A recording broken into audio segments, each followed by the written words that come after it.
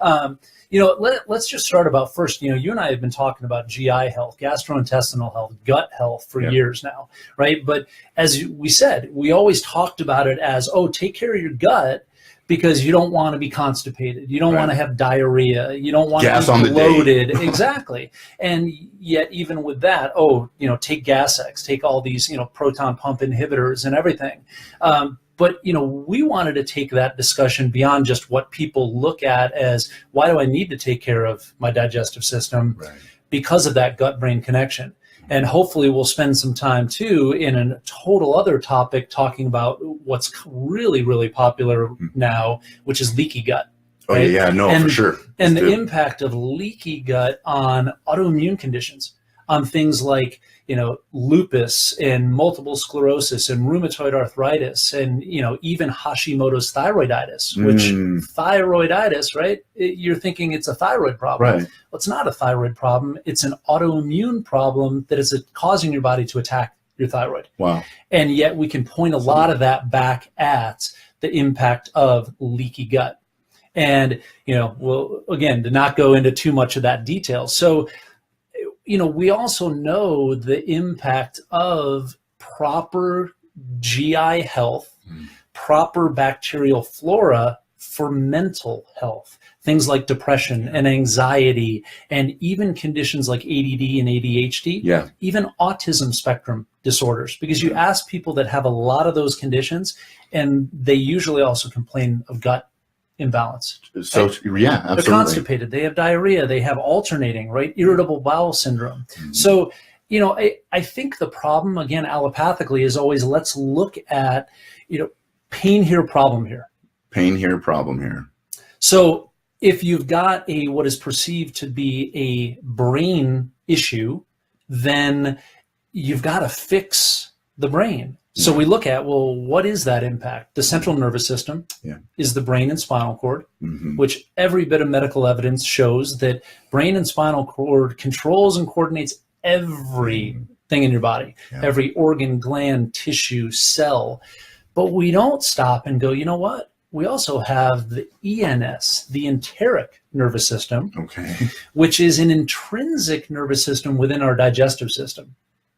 And what that is like a mesh-like of neurons. Neurons are what send and receive basically electrical impulses, neurotransmitters across those neurons. And the impact of that on our overall health. So here's what's kind of interesting. That's so fascinating. Yeah. I mean, here's what's fun about it is, the enteric nervous system has been looked at as, it controls digestion. But way beyond digestion, we also see, you made mention that what percentage of serotonin is produced in the gut? 70 to 80%. 70 to 80. They say 95. Whoa! 95% of serotonin. That's not just a little, that's a lot. That's a lot. Yeah. So 95% of serotonin is produced in the gut. Well, there's a whole other, not just the central nervous system, but the enteric, ENT, the enteric nervous system that lies within the digestive system, all the way from the esophagus to the rectum. Right? So the entire, it's only two layers thick, but full of those neurons sending electrical impulses. Well, here's what's interesting is, how does the brain communicate with the gut? It communicates via the vagus nerve, which is a cranial nerve coming off of the brainstem. Not to divert too much, but we're going to. Do it, man. Is how often do we have those feelings that when you are stressed, fight or flight mechanism, right? You're under high periods of stress, or someone startles you. You ever hear people reference, I have butterflies in my stomach? Why is that, right? It's because of that, again, that chemistry and that communication. Also, we look at under high periods of stress, what do people also get? They deal with a lot of gastric issues. People end up with ulcers. Now, that can be a total different topic because of adrenal function. Adrenal glands release. There's another interview coming up. Another interview. Adrenal glands release cortisol. Cortisol causes thinning of the GI, what's called the mucosa, the layering of the digestive system, and can cause ulcerations. Right. So balancing. How many people because of stress, loss of a loved one, loss of a job, whatever it may be, end up with ulcers. Okay? Wow. So we see this communication between the gut and the brain.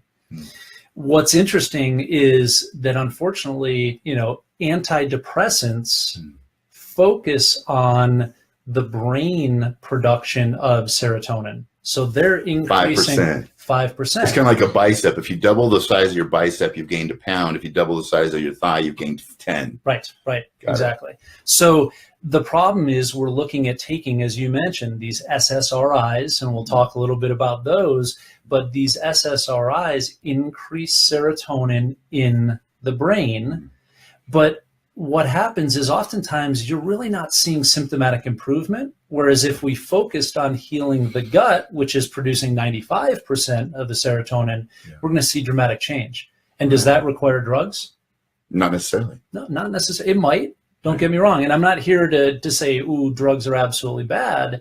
But the difference is with the common psychiatric approach, mental health approach is give a drug such as an SSRI, a Prozac, something like that, that's going to elevate brain serotonin.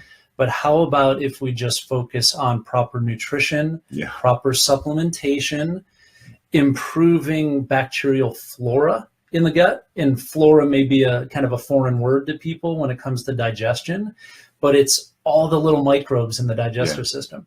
Which an interesting fact is that they outnumber the cells in our body 10 times. The bacteria in our gut we have outnumbers the cells in our body by 10 times. Yeah, we have 10 times. Can we slide forward a little bit, Drew, so we can put this down and I think we'll come into better focus? Sure. And would you grab me that book on top, underneath that, those headphones? So thank you. We have about 100 trillion bacterial organisms in the digestive system, compared to the cells in our body, right? Pretty compelling.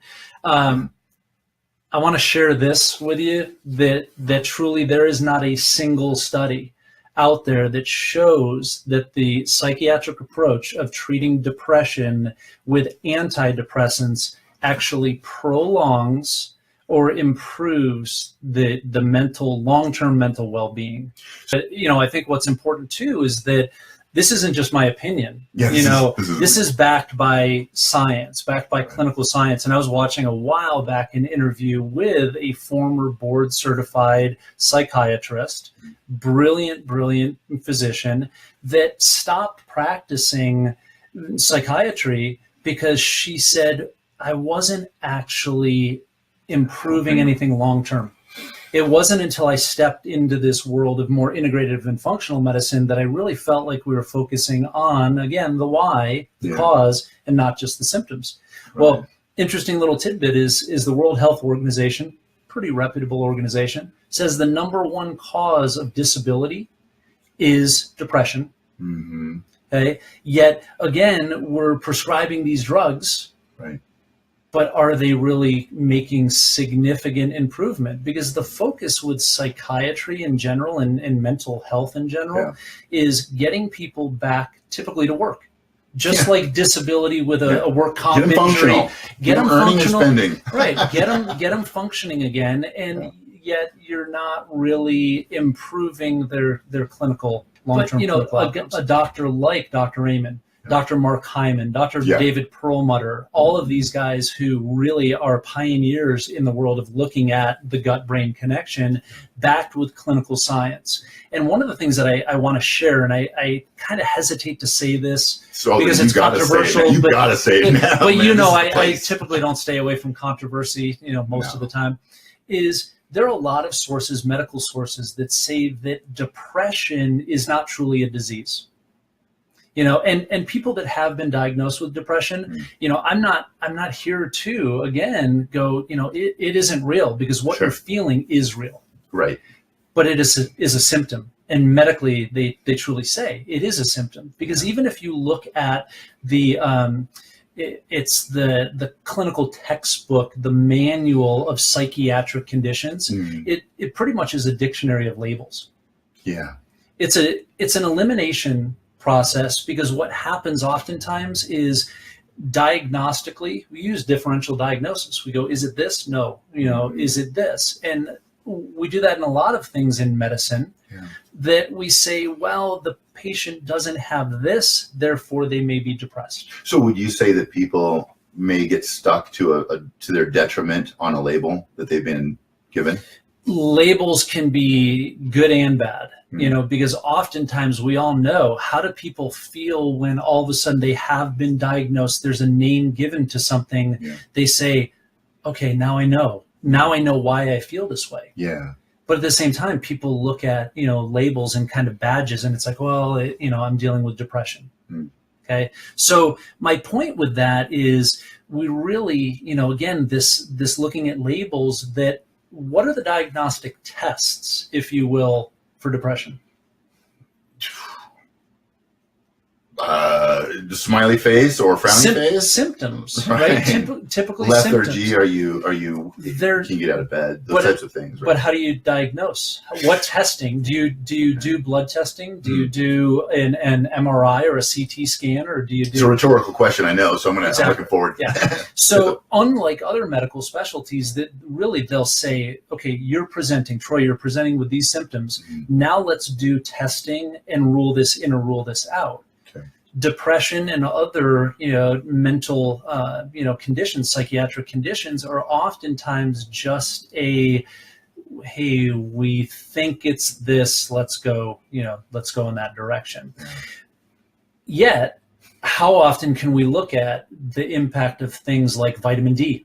Right. Let's look at D3, baby. Game changer, man. Game changer, right? Is it coincidence that the Pacific Northwest, where we live, and more prevalent in Seattle and Portland and other areas, that have some of the highest rates of depression, suicide, seasonal affective disorder, also are areas of the country that get the lowest levels of sunshine?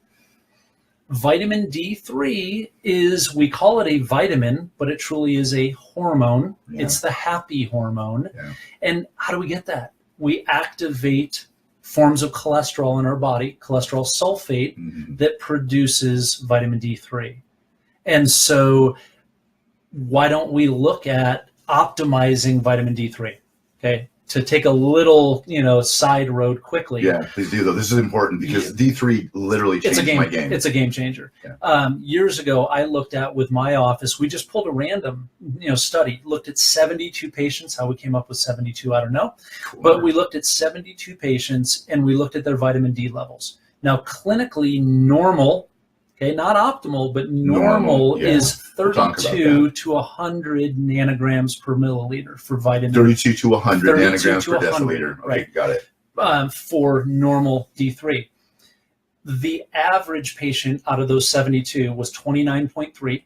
Oh, wow. Okay, so everyone on the was very low end of the spectrum. Everyone was below normal.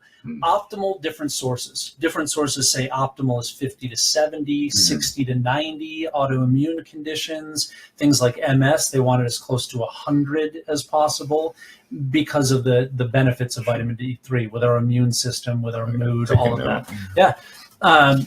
Well, of that 72 patients, only 4 had optimal levels of vitamin D3.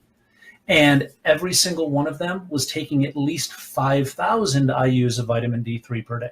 Well, really? Which that, in my opinion, is only scratching It's only surface. half because you and I both know Doc, and I know you. I don't know if you prescribe necessarily, but I know you recommend D3.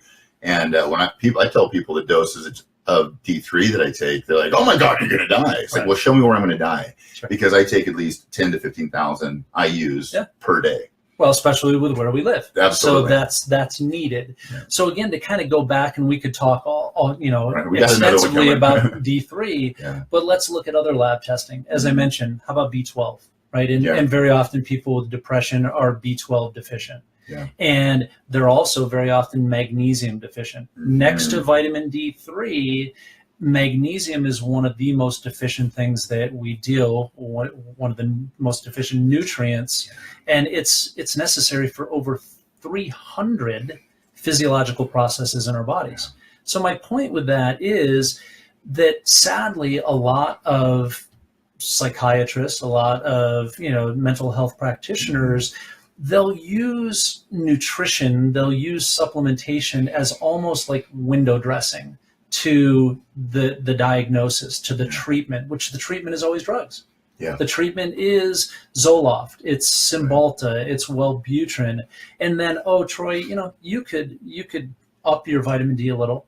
You could take fish oil. You could take SAMe. You could take all those things that are beneficial for, depression, but not using those as the first line therapy. I like to look at, if we're doing anything in people's overall health, whatever their health goals and their health journey is, let's create fertile ground, right?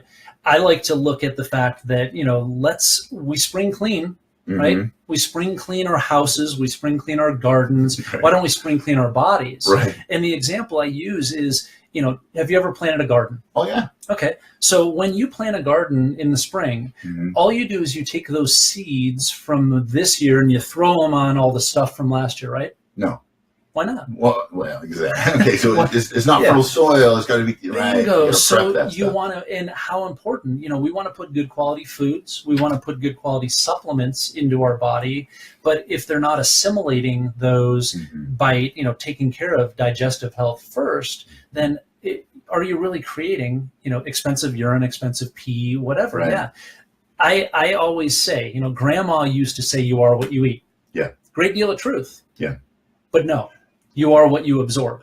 Yeah, beautiful. So we need to focus on reducing inflammation. Yeah. We need to focus on, pulling those inflammatory foods out of our diet, which again, I'm not here to, to bash any specific foods, whatever, but typically we're removing things like, gluten and soy and dairy, all of which are very pro-inflammatory, sugars, right? Yeah. All of those things, and putting good quality foods in, leafy greens and berries, things with good fiber. Yeah. Because the gut flora, again, 100 trillion cells, bacterial organisms in our body that feed off of those probiotics.